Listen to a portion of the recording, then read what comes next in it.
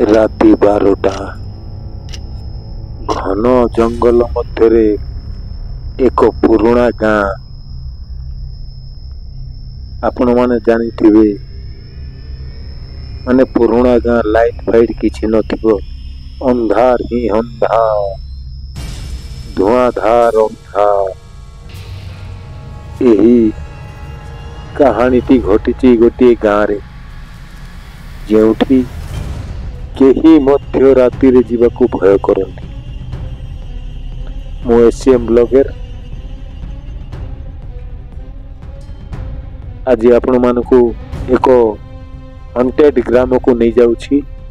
ତ ଭିଡ଼ିଓଟା ଭଲ ଲାଗିଲେ ଆପଣମାନେ ଦୟାକରି ଲାଇକ୍ କରନ୍ତୁ, ସେୟାର କରନ୍ତୁ, ସବସ୍କ୍ରାଇବ୍ କରନ୍ତୁ। ତ ଗାଁ ନାଁ ହେଉଛି ନୀରବପୁର। ଏଠି ରାତିରେ କିଛି ଅଜଣା ଛାୟା ଘୁରି ବୁଲେ। ହଁ, ବହୁତ ଲୋକ ଦେଖିଛନ୍ତି। ଏଠି ରାତିରେ ଗୋଟିଏ ଘରେ ଅଜଣା ଛାୟା ଘୁରି ବୁଲେ। ଜଣେ ଯୁବକ, ତାଙ୍କ ନାଁ ହେଉଛି ଶରତ। ଶରତ ଜଣେ ନୂଆ ଯୁବକ। ତାଙ୍କ ଦାଦାଙ୍କ ଘରକୁ ଯାଉଥିଲେ।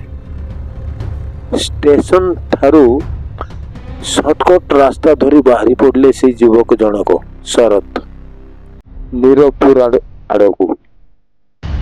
କିନ୍ତୁ କିଛି ବାଟ ଗଲା ପରେ ହଠାତ୍ ତାଙ୍କ ମୋବାଇଲ ସୁଇଚ୍ ଅଫ୍ ହୋଇଗଲା। ପୁରା ଅନ୍ଧାର, ଚାରିଆଡ଼େ ଅନ୍ଧାର, କିଟିକିଟି ଶବ୍ଦ।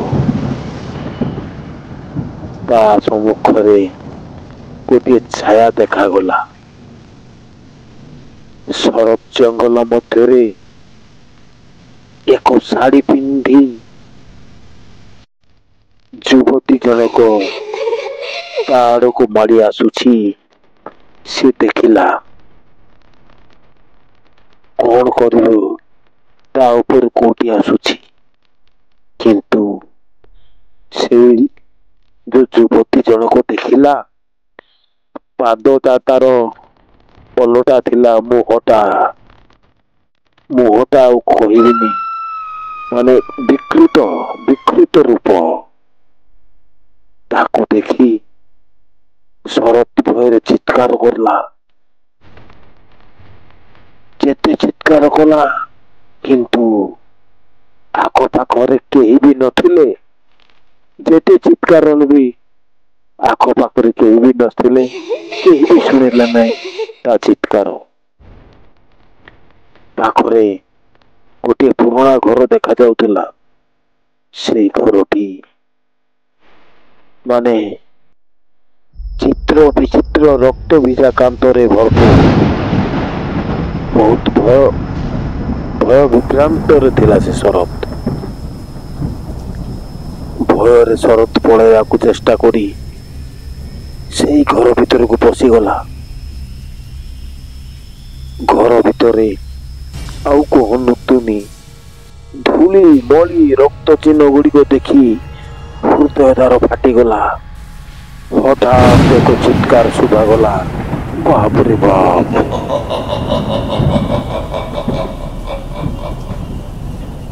ଭୟଙ୍କର ଖୁଲାସା, ଭୟଙ୍କର ରୂପ। ସେ ଆବାଜ ଆସୁଛି, ଘନ ଘନ ଆବାଜ ଆସୁଛି।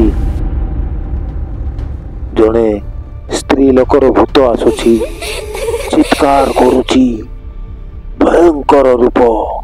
ଓହୋ, ଫାଟିଗଲା ଶରତର। କଣ କରିବ କିଛି ବୁଝିପାରୁନି। ସେଇ ଲେଡି ଭୂତ ଧୀରେ ଧୀରେ ଶରତ ଯେଉଁ ଘର ଭିତରେ ଥିଲା, ସେଇ ଘର ଭିତରକୁ ପଶିବାକୁ ଆରମ୍ଭ କଲା। ଶରତ ପୁଣି ଥରେ ଚିତ୍କାର କଲା, ବଞ୍ଚାଅ, ବଞ୍ଚାଅ, ବଞ୍ଚାଅ!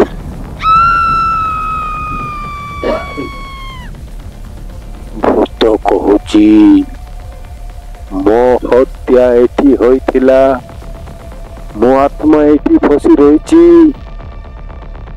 ମୋ ହତ୍ୟା ଏଠି ହୋଇଥିଲା, ମୋ ଆତ୍ମା ଏଠି ଫସି ରହିଛି। ମୋତେ ତୁମେ ସାହାଯ୍ୟ କରିପାରିବ? ଘର ପୁରା ନିଆଁରେ ଧୂଆଁରେ ଭରପୁର ହୋଇଗଲା। ଶରତ ବେହୋସ ହୋଇ ପଡ଼ିଲେ। କଣ କରିବେ କିଛି ବୁଝିପାରିଲେନି। ନିଆଁ ଧୂଆଁରେ ଘର ପୁରା ଭରପୁର। ଏପଟେ ସେଇ ଭୂତର ଚିତ୍କାର। ସିଏ ଆଉ କିଛି ଉପାୟ ନାହିଁ, ବେହୋସ ହୋଇ ପଡ଼ିଗଲେ। ତାପରେ କଣ ହୋଇଛି ଦର୍ଶକ ବନ୍ଧୁ ମାନେ ଦେଖନ୍ତୁ। ଭିଡିଓଟାକୁ ଲାଇକ୍ କରନ୍ତୁ, ସେୟାର କରନ୍ତୁ, ସବସ୍କ୍ରାଇବ କରନ୍ତୁ।